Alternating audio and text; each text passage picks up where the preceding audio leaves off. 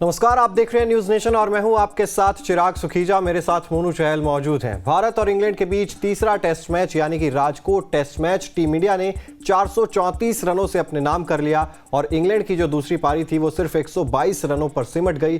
Team India की एक बड़ी जीत जरूर है, लेकिन इसके बाद भी सवाल यह है कि क्या राजकोट में टीम इंडिया को सभी सवालों के जवाब मिल गए हैं? क्या प्लेइंग 11 पूरी तरीके से फिक्स हो गई है? कुछ खिलाड़ी बाहर जाएंगे, कुछ अंदर आएंगे। टीम इंडिया के सामने क्या अभी भी बहुत सारे सवाल बाकी हैं? इस टेस्ट मैच में टीम इंडिया ने क्या खोया है, क्या पाया है? इसके अलावा बात करेंगे कि वो क्या फैक्टर था जिसने बेसबॉल को पूरी तरीके से पस्त कर दिया।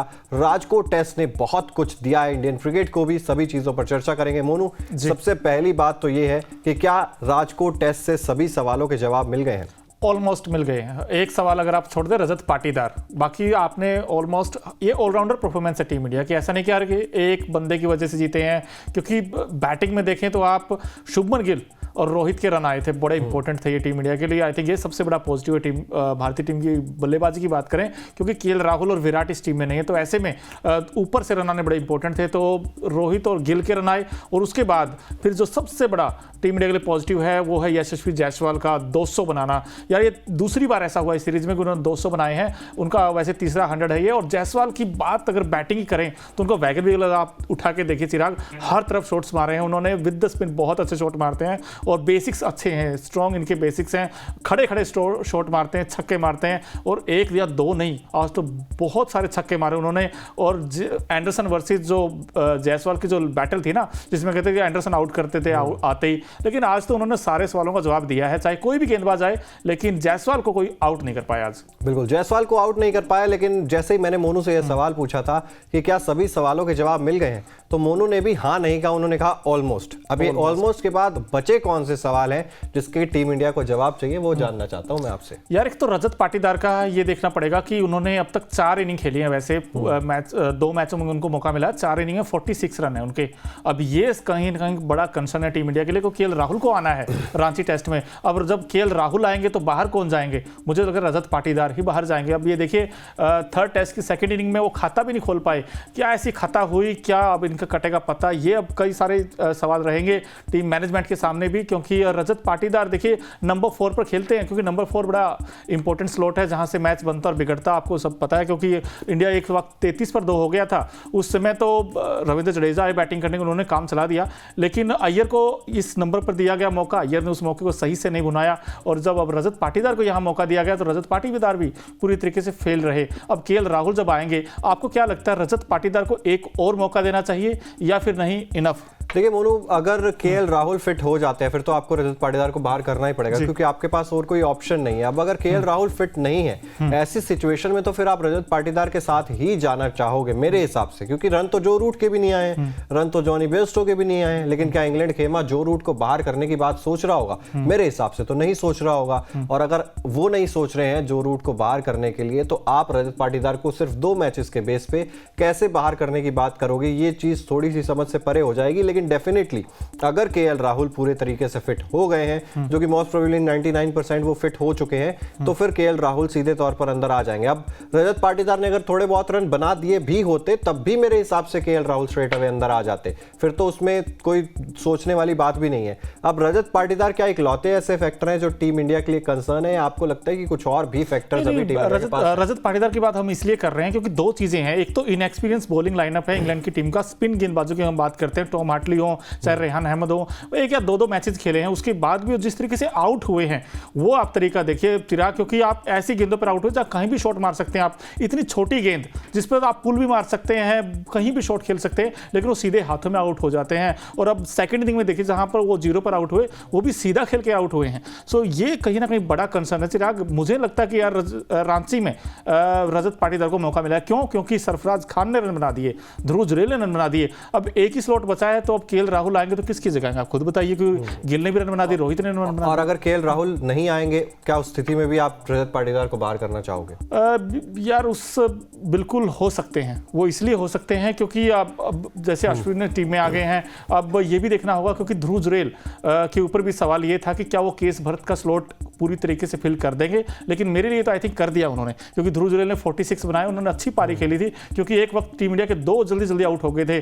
पहले कुलदीप आउट हुए, नाइट वॉचमैन आए थे जब बैटिंग करने, उसके बाद जडेजा भी आउट हो गए 112 रन बनाकर, और तब ये लगा था कि कहीं ऐसा तो नहीं कि मैच फंस गया, लेकिन ध्रुव जुरेल ने की और अश्विन की जो पार्टनरशिप हुई थी वो 445 बनाई इंडिया ने, तो उसमें सबसे बड़ा रोल अगर किसी का था तो ध्रुव जुरेल का था, उन्होंने छक्के भी लगाए। बिल्कुल, लेकिन बात रजत पाटीदार की है ना मोनू, रजत पाटीदार अगर केएल राहुल फिट नहीं होते हैं तो क्या रजत पाटीदार को बाहर निकालकर वो देवदत्त पडिक्कल वाला ऑप्शन आप तलाशने की कोशिश करोगे? मेरे हिसाब से तो 2 मैच के बेसिस पे आप किसी को बाहर नहीं करोगे अगर केएल राहुल फिट नहीं है, तो मेरा ये मानना है। चलिए, दूसरी चीज ये भी है कि इंग्लैंड इस विकेट पर कैसे हार गया, ये चीज समझ से परे है। आप यार मतलब इंग्लैंड की टीम, इंग्लैंड की मीडिया हमेशा से रोती रहती थी कि क्या गड्ढा पिच बना देते हो आप, तो गड्ढों में खिलाते हो हमें, हम स्पिन अच्छी नहीं खेलते हैं, आप हमारे यहाँ आते हो तो आप पेस के सामने स्ट्रगल करते हो, हम आते हैं तो आप हमें गड्ढे दे देते हो, उस पर हमारे बैट्समैन बैटिंग कर नहीं पाते हैं। लेकिन अब तो आपको आपके हिसाब की विकेट मिली थी, आपके एक बल्लेबाज ने 153 बना दिए, ओली पोप ने 196 बनाकर आ रहे थे, वहां पर जैक क्रॉली भी अच्छी बल्लेबाजी कर रहे थे।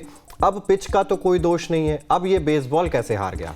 बिल्कुल, ये तो देखिए सवाल रहेगा ही रहेगा, और ना सिर्फ इंडिया बल्कि क्रिटिसाइज हो रहा है, इंग्लिश मीडिया भी उन्होंने कई सारे सवाल उठाए, जोनी बेस्टो के ऊपर भी, जो रूट के ऊपर भी उन्होंने कहा कि यार किस तरीके से बेवकूफ़ी भरा शॉट खेलकर आउट हुए हैं। और यहाँ तो आप देखिए सेकंड इनिंग में मार्क वुड नंबर 10 का बैट्समैन आकर हाईएस्ट रन बना देता है, 33 बनाए उन्होंने। इसके अलावा सबका स्कोर 16 है, किसी का 3, किसी का 4, 6 बैट्समैन तो चिराग डबल डिजिट नहीं पहुंच पाए, 4, 3, 2, 4, ये कहानी है राजकोट में इंग्लैंड की बैटिंग की। लेकिन इंग्लैंड के लिए इससे बेस्ट विकेट मुझे लगता कोई मिल सकता है, तो रीजन क्या है? पाटा विकेट पे भी आउट होने का क्या रीजन हो सकता है? यार देखिए, वो कई बार ना अपने शैल में चले जाते हैं कि उन्होंने पता नहीं मन बना रखा कि भाई हमें तो उड़ाकर खेलना है।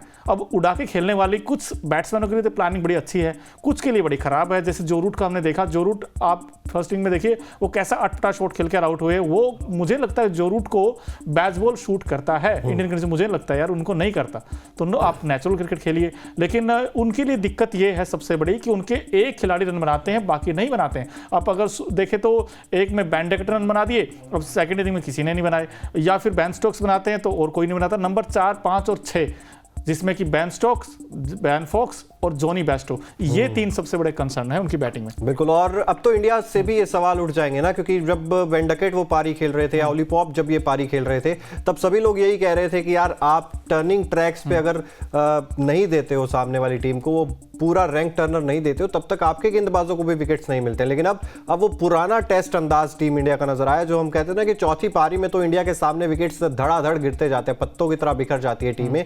अब वो पुरानी टीम इंडिया इसमें नजर आई है, और ये चीज कहीं ना कहीं काफी ज्यादा अच्छी है मोनू, कि ये स्लो टर्नर पर आपको इस तरीके से टीम इंडिया का परफॉर्मेंस देखने को मिला है। क्योंकि इतिहास के पन्ने अगर हम टटोल लें, और लगभग मैं यही सोच रहा हूं कि वो जब शायद एलिस्टर कुक आए थे, जब वो सीरीज जीती थी इंग्लैंड ने 2012-13 में, उसके बाद से जितने भी मैचेस हम इंडिया में देखते हैं टेस्ट मैचेस, वहां पर चौथी पारी में ऐसा ही प्रदर्शन होता है जैसा अब हुआ है। ये प्रदर्शन पहले होता था रैंक टर्नर्स पे, अब हुआ है स्लो टर्नर पर, तो ये कहीं ना कहीं टीम इंडिया के लिए भी फायदे की बात है। उन्होंने कहा होगा कि हम अपने चैलेंज से लड़े हैं, हमने ये नहीं है कि हम अपनी मजबूत पक्ष हमने रख दिया और उसके बाद हम लड़े हैं, हमने अपनी कमजोरी रखी पहले और उसके बाद हम लड़े हैं। बिल्कुल, और इस बार जिगरा दिखाया। वैसे टीम मैनेजमेंट की हमें तारीफ करनी पड़ेगी, कोच की तारीफ करनी पड़ेगी, कैप्टन की तारीफ करनी पड़ेगी, क्योंकि उन्होंने कहा कि फ्लैट विकेट देते हैं, भले ही बैट्सबॉल खेलें आप, हम आपको पूरा खुला ओपन चैलेंज देते हैं भाई, आप बैट्सबॉल के लिए जाने जाते हैं, आप आइए और फ्लैट विकेटों पे रन बना के दिखाइए। लेकिन भारतीय गेंदबाजों की देखिए, जिस तरीके से कुलदीप यादव का कमबैक हुआ टीम में, आप अक्षर पटेल को बाहर करके कुलदीप यादव को टीम में लेकर आए हैं। कुलदीप यादव सबसे बड़े एक्स फैक्टर रहे हैं तीनों, अगर जब उनको मौका मिला तो उन्होंने उस मौके को ग्रैब किया है, उस अपॉर्चुनिटी को। कुलदीप यादव के स्टैट्स देखिए आप, 8 ओवर में 19 रन दिए और 2 विकेट झटके हैं, और इन्होंने बड़े बड़े आउट किए हैं, चाहे बैन डेकेट हो या फिर उनके जो नीचे के बैट्समैन बैन फॉक्स, सबको आउट किया इन्होंने। और इसके अलावा जो इनकी जसप्रीत बुमराह की हम बात कर रहे थे, बुमराह ने भी बड़ा इंप्रेस किया है। लेकिन कुलदीप यादव को तो खैर वो हाथ से नहीं अब तक रीड कर पाए हैं चिराग, क्योंकि जब तक आप, जायसवाल क्या कहते हैं, जायसवाल ये कहते हैं कि भाई मैं गेंदबाज को नहीं देखता, मैं सिर्फ गेंद को देखता हूं। और यहाँ उल्टा हो रहा है, उल्टा ये हो रहा है कि इंग्लैंड के बैट्समैन सिर्फ कुलदीप यादव को देख के, उनके जो हवा है ना वो माइंड में बिल्कुल बैठा हुआ है कि कुलदीप यादव के आगे हम स्ट्रगल करेंगे, और वो स्ट्रगल दिखा भी आज। बिल्कुल, लेकिन सीरीज अभी 2 मैचेस और बचे हैं। एक 23 फरवरी से रांची में खेला जाएगा, एक 7 मार्च से धर्मशाला में खेला जाएगा, और वो एक्सपेक्टेशंस यही रहने वाली हैं कि अभी भी रैंक टर्नर्स तो शायद नहीं दी जाएंगी, क्योंकि आपकी बल्लेबाजी भी वो आपने भी तो रन इसीलिए बनाया ना क्योंकि ये रैंक टर्नर नहीं थी मोइन, वरना आप भी तो फंस रहे थे ना। आप हैदराबाद में भी फंस गए थे, आप ऑलमोस्ट शायद वाइजैग में भी फंस जाते, लेकिन जैसे ही आपने देखा कि हमारे बल्लेबाजी में भी तो रन्स नहीं आ रहे हैं, आपने स्लो टर्नर दे दी, आपके सभी बल्लेबाजों ने लगभग रन बना दिए। अब अगले मैच में क्या रणनीति रहने वाली है? आपके खिलाड़ी फॉर्म में आ चुके हैं, क्या स्पिन को अभी भी अच्छे तरीके से खेल पाएंगे या नहीं? नहीं, अब तो इंडिया की बैटिंग अच्छी हो गई है, क्योंकि खासकर जब से ऊपर से रन आए और नीचे से जो मिडिल ऑर्डर टीम में दिक्कत थी, क्योंकि ऊपर से तो जायसवाल रन बना देते थे, उन्होंने हैदराबाद में बना दिए थे, लेकिन दिक्कत ये थी कि अगर आप पिछला 1 साल उठा के देखें, रोहित का 100 था, इसके अलावा किसी का 100 ही नहीं था। मतलब जो ऑस्ट्रेलिया आई थी खेलने के लिए, तो गड्ढे बना के तो इंडिया का भी बैटिंग लाइनअप थोड़ी सी गड़बड़ा गई थी, आपने अच्छा पॉइंट उठाया। लेकिन अब यहाँ पर सवाल ये था कि क्या विदाउट विराट टीम इंडिया ये सीरीज जीत पाएगी? लेकिन यहाँ पर जो परफॉर्मेंस दिखी हमें मिडिल ऑर्डर में, खासकर सरफराज खान के आने से अब टीम इंडिया को स्ट्रेंथ मिली है मिडिल ऑर्डर में। चाहे आप ध्रुव जुरैल की बात कीजिए, सरफराज खान की बात कर लीजिए, और इसके अलावा जो आपकी जो बैटिंग, खासकर जायसवाल, जिसे हम आपको दिखा रहे हैं, जायसवाल ने जो कमाल की ये पारी खेली है। जायसवाल का तो अब ये कंफर्म हो गया कि जायसवाल तो आपका वर्तमान है। अब इन्होंने जो कीर्तिमान आज रचा है, मतलब वाह वाह हो रही है हर तरफ। बिल्कुल वाह वाह हो रही है हर तरफ, और होनी भी चाहिए। और कहीं ना कहीं टीम इंडिया इस ओवरऑल परफॉर्मेंस से संतुष्ट होगी, और आज खुशी से ये चीज़ हो रही होगी। तीनों टेस्ट में 4 दिन में खत्म हो गए हैं, और ये वाला मैच हमें लग रहा था कि शायद 5वें दिन जा सकता है। क्या इंग्लैंड अपनी सोच में बदलाव करने की कोशिश कर सकते हैं यहाँ पर? लेकिन वो अभी भी नहीं दिखाई दी, क्योंकि अभी भी वो कोशिश यही थी कि हम मार के आउट होंगे। हालांकि थोड़ा सा बेसबॉल वो जो था, वो थोड़ी सी मतलब हवा निकल गई थी उनकी दूसरी इनिंग्स में कि चलो अब धीरे खेल के देख लेते हैं। लेकिन क्या इंग्लैंड की टीम अब ये सोच विचार कर रही होगी कि हमें इससे आगे बढ़ने की जरूरत है, या अभी भी संदेश यही होगा कि जाओ और मारो? टेस्ट क्रिकेट को टेस्ट क्रिकेट की तरह कब खेलेंगे ये? नहीं हो सकता। देखिए, अभी तो ब्रैंडन मैकुलम की तो ये सोच है, चलो ठीक है, एक ही हारे है ना। जैसे इंडिया भी तो भाई मैच तो 2 हार गए, सीरीज इससे पहले एक भी नहीं हारे थे, और अब सीरीज भी हारने वाले हैं। अब एक इनिंग आप उठा 122 पे ऑल आउट, ठीक, कोई बात नहीं, बुरा दिन किसी का भी आ सकता है। आज उनको वो सोच के चलेंगे चलो एक बैड डे है, ये एक टीम कम बैक कर सकती है। तो बैड डे भी नहीं, बैड सेशन था, बैड सेशन कह लीजिए आप, एक ही सेशन में निपट गए। और उसके अलावा मैं तो ये कह रहा हूँ कि हो सकता है कम बैक कर ले इंग्लैंड की टीम की, लेकिन ये रणनीति नहीं बदलेंगे, प्लानिंग नहीं बदलेंगे। तो इसी प्लानिंग पे जाएंगे कि हमें उड़ाकर खेलना है, क्योंकि इनको सक्सेस मिली है। चिराग, आप 5 सीरीज हो चुकी, पिछली एक भी नहीं हारे हैं, तो ये मुझे लगता है बदलेंगे ये चीज़। लेकिन अच्छी बात ये लगती है मुझे, इंडिया की पॉइंट ऑफ व्यू से देखें तो भारत को कई हीरो मिले हैं। चाहे आप रविंद्र जडेजा की बात करें, चाहे जायसवाल की बात करें, चाहे शुभमन गिल की बात करें। आपको सबसे ज़्यादा इंप्रेस किस खिलाड़ी ने किया है? क्योंकि परफॉर्मेंस आउटस्टैंडिंग रही हर बैट्समैन की। सरफराज खान, देखिए आपने वो जो ओवरऑल पूछा ना कि सबसे ज्यादा बेहतरीन परफॉर्मेंस किसकी रही है, यहाँ पे ना एक चीज है जिसका जिक्र शायद बहुत कम किया जा रहा है, वो है रोहित शर्मा की कप्तानी। आज मैं रोहित शर्मा की कप्तानी को बहुत बेहतर इसलिए मान रहा हूं क्योंकि सही समय पे सही डिसीजंस और हार्ड डिसीजंस भी आपने लिए हैं। वो आप कुलदीप यादव का चाहे 12 ओवर का स्पेल देख लीजिए, चाहे वो जसप्रीत बुमराह का आप लगातार वो प्रदर्शन देख लीजिए। ये दूसरी इनिंग्स में 19 रन बनाए थे, स्टार्ट मिल गया था, लेकिन वो पिछली पारी जो थी, एक शतक रोहित शर्मा ने अपने बल्ले से लगाकर वो ऐलान कर दिया था कि कप्तान लौट आए। लेकिन जो कप्तानी उन्होंने की रोहित शर्मा ने, खास तौर पर उस चीज के प्लस पॉइंट्स जाएंगे, क्योंकि हम शुरुआत से कह रहे थे कि आप बेसबॉल को किस तरीके से रोक सकते हैं, आप स्वीप्स और रिवर्स स्वीप्स को लगातार जो पढ़ रहे थे किस तरीके से रोक सकते हैं। अब फील्ड पोजीशन इसमें सबसे ज्यादा इंपॉर्टेंट है। वो कन्वेंशनल क्रिकेट तो खेल नहीं रहे हैं, वो पूरी तरीके से अनकन्वेंशनल क्रिकेट खेल रहे हैं। या तो उठा के स्वीप शॉट मारेंगे या रिवर्स स्वीप शॉट मारेंगे। उस चीज से पार कैसे पानी कि आपने एक फील्डर वहां पर लगा दिया रिवर्स स्वीप के लिए, एक फील्डर आपने लगा दिया स्वीप के लिए, आपने कवर्स खुला छोड़ दिया या आपने सामने वाला वी का जो एरिया है वो खुला छोड़ दिया। उसमें कहीं ना कहीं इंग्लैंड की टीम फंसती हुई नजर आई है। तो जो कहते हैं ना कि आप किसी एक्शन के ऊपर रिएक्शन किस तरीके से ले रहे हैं, वो चीज काफी ज्यादा इंपॉर्टेंट होती है। और रोहित शर्मा को मेरे हिसाब से 10 में से 10 नंबर मिलेंगे इस चीज के, क्योंकि जिस तरीके से जिस हिसाब से बल्लेबाजी हो रही थी उसका काउंटर अटैक रोहित शर्मा के पास इस पूरे टेस्ट मैच में नजर आया। बिल्कुल, और इसका तो आप फर्स्ट इनिंग में भी देखिए, जब रविंद्र जडेजा बैटिंग करने आए थे, जो उनके साथ वो जो पार्टनरशिप की थी, वो उस पार्टनरशिप में ना समझदारी भी थी। वो साझेदारी तो थी लेकिन उसमें समझदारी थी, उसमें डिसिप्लिन था। और रोहित ने कहीं ना कहीं जडेजा के साथ मिलकर जो पार्टनरशिप की थी बड़े कमाल की थी। और जडेजा के स्टैट्स हम आपको दिखा रहे हैं, 5 विकेट जो सेकंड इनिंग में झटके हैं, इन 5 विकेट के कारण पूरी तरीके से इंग्लैंड के बल्लेबाज एक के बाद एक पूरी तरीके से सरेंडर करते रहे, पूरी तरह घुटनों पे आ गया बैच बॉल। ये कहना गलत नहीं होगा, क्योंकि रविंद्र जडेजा की फिरकी के आगे कोई बैट्समैन चल नहीं पाया। पूरी इंग्लैंड की टीम 122 रन बनाकर ऑल आउट हो गई, और ये मैच टीम इंडिया 434 रनों से जीता है। और चौथी पारी में तो सारे के सारे बैट्समैन फ्लॉप हुए हैं इंग्लैंड के।